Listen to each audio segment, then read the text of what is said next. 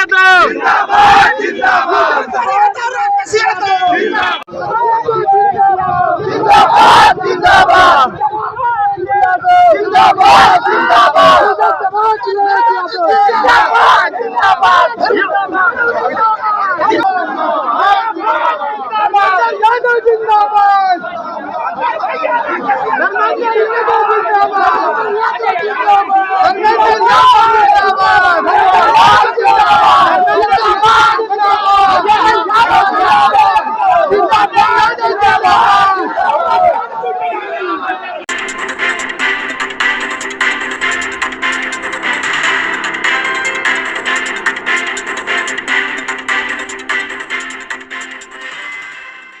नमस्कार, अभिवादन स्वीकार कीजिए जनहित इंडिया का। समाजवादी पार्टी के प्रत्याशी धर्मेंद्र यादव आजमगढ़ संसदीय सीट से टिकट मिलने के बाद पहली बार आजमगढ़ पहुंचे। इस दौरान पार्टी के नेताओं और कार्यकर्ताओं ने जगह जगह पर उनका स्वागत किया। इस अवसर पर मीडिया से बातचीत करते हुए सपा प्रत्याशी धर्मेंद्र यादव ने क्या कहा, आइए सुनते हैं। सबसे पहले आजमगढ़ की क्रांतिकारी समाजवादी सरजमी को नमन करता हूँ। यहाँ की माटी को अपने माथे पर चंदन के रूप में लगा के इस क्षेत्र के लोगों को जो लगातार श्रद्धेय नेताजी के मान सम्मान स्वाभिमान समाजवादी विचारधारा पार्टी की सोच को ताकत दी है आजमगढ़ के लोगों ने। ऐसी शानदार सरजमी की सेवा का मुझे अवसर दिया राष्ट्रीय अध्यक्ष जी ने, यहाँ के क्षेत्र के हमारे पार्टी के पदाधिकारियों ने, नेताओं ने। मैं सभी को अपनी ओर से आभार व्यक्त करता हूँ, धन्यवाद देता हूँ और ये यकीन और भरोसा दिलाता हूँ कि जिस उम्मीद और विश्वास के साथ राष्ट्रीय अध्यक्ष जी ने ये फैसला लिया, हमारे स्थानीय नेताओं ने ये फैसला लिया, मैं सभी की उम्मीदों को पूरा करने का हर संभव प्रयास करूंगा, ये मैं भरोसा दिलाता हूं। आजमगढ़ का जो तरक्की, खुशहाली और विकास का समाजवादियों के साथ जो इतिहास जुड़ा हुआ है, श्रद्धेय नेताजी ने आजमगढ़ को न केवल विकास और तरक्की के रास्ते पर ले जाने की शुरुआत की थी, बल्कि मैं आज फख्र के साथ इस बात को कह सकता हूं, आजमगढ़ की विकास की एक एक ईंट पर या तो श्रद्धेय नेताजी का या माननीय अखिलेश यादव जी का नाम लिखा हुआ है। आजमगढ़ को मंडल बनाने का सवाल हो, आजमगढ़ को पूर्वांचल एक्सप्रेस वे जोड़ने से का सवाल हो, आजमगढ़ को पीजीआई लाने का सवाल हो, आजमगढ़ के अंदर जिस भी विकास और तरक्की की हवाई अड्डे से लेके आप चर्चा करेंगे तो पाएंगे कि श्रद्धेय नेताजी ने और माननीय अखिलेश यादव जी ने ही इसकी शुरुआत ही नहीं की, बल्कि आजमगढ़ को विकास के रास्ते पे ले गए।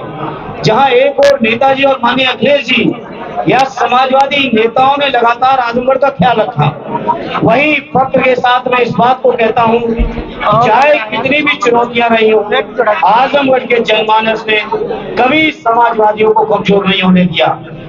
मुझे याद है बचपन से जब मैं श्रद्धेय नेताजी के सानिध्य में रहता था, पढ़ता था, उनके पास रहता था, समाजवादी पार्टी के सामने समाजवादी विचारधारा के लिए अगर कोई भी बड़ी चुनौती आई तो आजमगढ़ की ओर नेताजी ने रुख किया, और जब नेताजी ने आजमगढ़ की ओर रुख किया तो केवल रुख ही नहीं किया, बल्कि आजमगढ़ के लोगों ने समाजवादी विचारधारा को एक नई ऊंचाई देने का हर संभव काम किया है।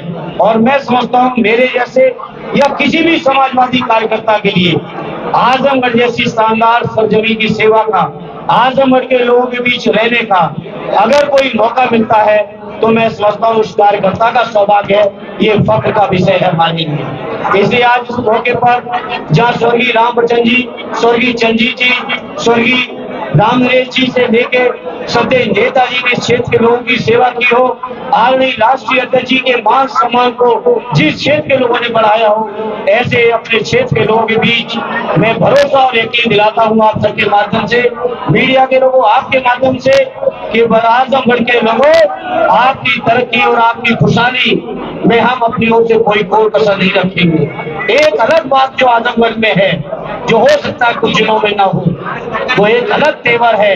आजमगढ़ के लोग हमेशा क्रांतिकारी राजनीति का काम किए हैं। आजमगढ़ के लोगों ने हमेशा अन्याय अत्याचार को अस्वीकार किया है और उस अन्याय अत्याचार के खिलाफ अगर जंग की कहीं शुरुआत होती है तो ये आजमगढ़ की ही सरजमी है, जहां पूर्वांचल के प्रवेश द्वार के तौर पे आजमगढ़ को माना जाता है। उसी आजमगढ़ के लोगों के बीच आज मुझे फख्र है कि पार्टी ने मुझ पर एक बार फिर यकीन भरोसा करके भेजा है और मैं पार्टी को और आजमगढ़ के जनमानस को अपनी ओर से आश्वस्त करता हूं कि उनकी हर उम्मीद को पूरा करने का अपनी ओर से हर संभव प्रयास करूंगा। बीजेपी सांसद मामले जीतने के बाद पार्टी के साथ आजमगढ़ छोड़ दिए, क्या कहेंगे? आजमगढ़ के निरहुआ जी को, क्योंकि वो कलाकार हैं, दूसरे क्षेत्र से राजनीति में आए हैं, उनके सामने जो एक परंपरा रहती है कलाकार की, स्क्रिप्ट लिख के दी जाती है, उस स्क्रिप्ट को वो चलाते हैं या चलते हैं उस पर। उनको शायद अंदाज नहीं है। मैंने इतनी देर से आपसे कह रहा हूँ, स्वर्गीय राम बच्चन जी से शुरू करिए और माननीय अखिलेश यादव जी तक चले आइए। वो समाजवादी शानदार परंपरा है। हम समाजवादी लोगों ने न कभी आजमगढ़ को छोड़ा था, न कभी छोड़ने वाले हैं। ये इस बात का एहसास उनको नहीं हो सकता है क्योंकि वो राजनीति स्क्रिप्ट के आधार पर शायद करते होंगे, दिल से राजनीति, जज्बातों से राजनीति उन्होंने नहीं की। मुद्दों को लेकर चुनाव ना पाए पूरी तरह से आर्य अखिलेश यादव जी के नेतृत्व में, जो उत्तर प्रदेश के अंदर हमारा पीडीए का फार्मूला है, इंडिया गठबंधन को जिताने का फार्मूला है, एनडीए को जो हराने का फार्मूला है, उसी फार्मूले पर चल के आजमगढ़ की सरजमी से, जहां अक्सर समाजवादियों को एक तरफा समर्थन मिला है, आज भी जब हम बैठे हैं तो हमारे 10 विधायक हैं। आड़ी जमाली साहब की कमी थी, मुझे फख्र और गर्व इस बात का है इस चुनाव में वो भी कमी पूरी हो गई और आज उनकी भी दुआएं आज हमारे साथ हैं। मुझे यकीन है कि न केवल आजमगढ़ सदर बल्कि बगल की लालगंज की लोकसभा भी एक तरफा समाजवादी पार्टी यहाँ से जीत के जाएगी।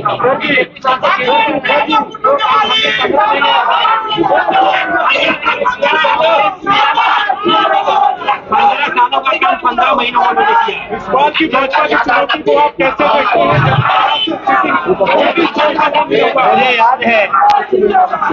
मुझे याद है श्रद्धेय नेताजी का 2014 का चुनाव आप सबको भी याद होगा। जिस हवाई अड्डे के उद्घाटन के लिए वो माननीय प्रधानमंत्री जी को लाए, इसी हवाई अड्डे पे 14 में आदरणीय नेताजी, आदरणीय राष्ट्रीय अध्यक्ष जी कई बार उतरे। मुझे वो दिन भी याद है, सठियाओं की चीनी मिल का शिलान्यास हुआ था, उस कार्यक्रम में भी मुझे आने का सौभाग्य मिला था। मुझे वो दिन भी याद है जब सठियाओं की चीनी मिल के उद्घाटन में श्रद्धेय नेताजी आए थे, तो जहां चीनी मिल का तो उद्घाटन किया ही था, शिलान्यास किया ही था, वहीं इस हवाई अड्डे का भी उद्घाटन से लेकर सारी चीजें पूरी हो गई थी। अगर मुझे सच याद है, सही याद है, तो आजमगढ़ की मुझे याद है कन्या विद्याधन की योजना की शुरुआत आदरणीय अखिलेश यादव जी ने इसी हवाई अड्डे से उतर के और हवाई अड्डे के बगल में एक विशाल पंडाल लगा के उसकी शुरुआत की थी। आजमगढ़ के भाइयों, आपको याद होगा। तो जो लोग कहते हैं कि काम किया है, जो काम 10 साल पहले हो चुका है, अगर उसी के ऊपर पत्थर लगाना हो, उसी के ऊपर उद्घाटन लगाना हो, तो हो सकता है बीजेपी के लोग जाने किन किन इमारतों पर जो जाने कब की बनी हो उनके ऊपर भी पत्थर लगा सकते हैं। इसलिए मैं उस बहस में नहीं जाऊंगा। आजमगढ़ के लोग जानते हैं कि समाजवादियों ने आजमगढ़ के लिए, और समाजवादी इस बात को महसूस करते हैं कि आजमगढ़ के लोगों ने उनके लिए क्या किया। सर जी, एयरपोर्ट के विस्तारीकरण में 8 गांव के लोगों की जमीनें जा रही है। 8 गांव के लोगों का कहना है कि हमारे को वोट देंगे। मोदी जी कह रहे हैं आपको नहीं महसूस हुआ क्या?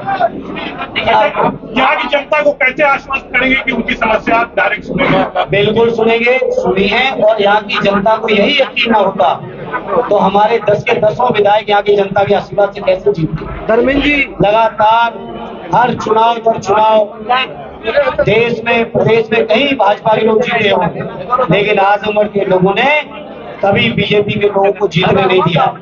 एक ये जीत हुई, एक एक्सीडेंटल जीत है, उसका लोगों को अफसोस भी है, एहसास भी है। और इस चुनाव के परिणाम जब आएगा 4 जून को, तब आप महसूस करोगे कि आजमगढ़ के लोगों ने किस कदर जवाब दिया है। धर्मेंद्र जी अब छोड़िए उनके बीच, उनके भरोसे दरोगा पुलिस की भर्ती को लेकर क्या कहना? उनके भरोसे पर दारा सिंह जी भी लड़ रहे थे बगल के जिले से, इसलिए उनके बारे में मुझे कुछ न कहलवाओ। धर्मेंद्र जी पुलिस की भर्ती को लेकर क्या कहना? दारा जी तो नहीं कहूँगा। धर्मेंद्र जी पुलिस की भर्ती को लेकर क्या कहना? पुलिस की भर्ती के बारे में इतना ही कहूंगा, जिस तरह से प्रदेश के 50 लाख नौजवानों के साथ अन्याय, अत्याचार, बहाना, धोखा, जिन भी शब्दों का आप इस्तेमाल कर सकते हैं, वो हमारे प्रदेश के नौजवानों के साथ हुआ है। और जब से योगी जी की सरकार बनी है, एक भी भर्ती पूरी नहीं हुई है। हर परीक्षा पूरी तरह से उसके पेपर लीक हो गए, नौजवानों के साथ धोखा हो रहा है। 7 सालों में हमारे लाखों करोड़ों नौजवान ओवरेज हो गए हैं। उस बात का जवाब बीजेपी के लोग दें। और जैसा हमारे आदरणीय अध्यक्ष जी ने कहा है, 80 जिताओ रोजगार पाओ, ये समाजवादी पार्टी की, उत्तर प्रदेश की पार्टी, हमारी आदरणीय अखिलेश यादव जी के नेतृत्व की हमारी पार्टी इंडिया गठबंधन की सरकार बनाएगी, एनडीए को हटाएगी और बेरोजगार नौजवानों की उम्मीदों को हम लोग पूरा करेंगे। जबकि अगर सेंट्रल टावर से कोई आएगा तो यहाँ जनता को कैसे आश्वस्त कर रहे हैं? इसमें यहाँ हमारी पूरी समाजवादी पार्टी के सभी जिम्मेदार साथी, हमारी पार्टी का संगठन, हमारे 10 विधायक, हमारे माननीय एमएलसी लोगों ने लगातार सेवा की है पार्टी की, इस क्षेत्र की जनता की। जहां तक मेरा सवाल है, तो मैं आपको यही यकीन दिलाता हूं, बदायूं में भी घर बना के रहा हूं और आजमगढ़ में भी मेरे आने से पहले घर बन रहा है। और उसी घर में रह के क्षेत्र के लोगों की जो सेवा की आवश्यकता होगी वो करेंगे। और आपको ये भी यकीन दिलाता हूँ, क्षेत्र की तो सेवा करेंगे। साथ ही आजमगढ़ के लोग केवल स्थानीय राजनीति नहीं करते। आजमगढ़ के लोगों की नजर देश और प्रदेश की भी राजनीति पर बहुत रहती है। तो मैं आजमगढ़ वालों को यह भी यकीन दिलाता हूं, जो उनकी क्रांतिकारी तेवर है, जो उनका राजनीति में मान, सम्मान, स्वाभिमान और गौरव है, उस गौरव को यहां से लेके देश की संसद तक बढ़ाने में कोई कसर नहीं रखूंगा। ये मैं आजमगढ़ वालों को भरोसा दिलाता हूं।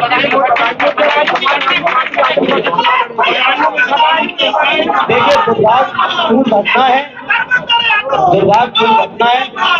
मासूमों की जान गई, दुर्भाग्यपूर्ण है। लेकिन ये बीजेपी के लोग जो बात करते हैं कि हमने लॉ एंड ऑर्डर संभाल रखा है, ये सवाल उनसे करने की जरूरत है। बहुत बहुत आप सबको धन्यवाद।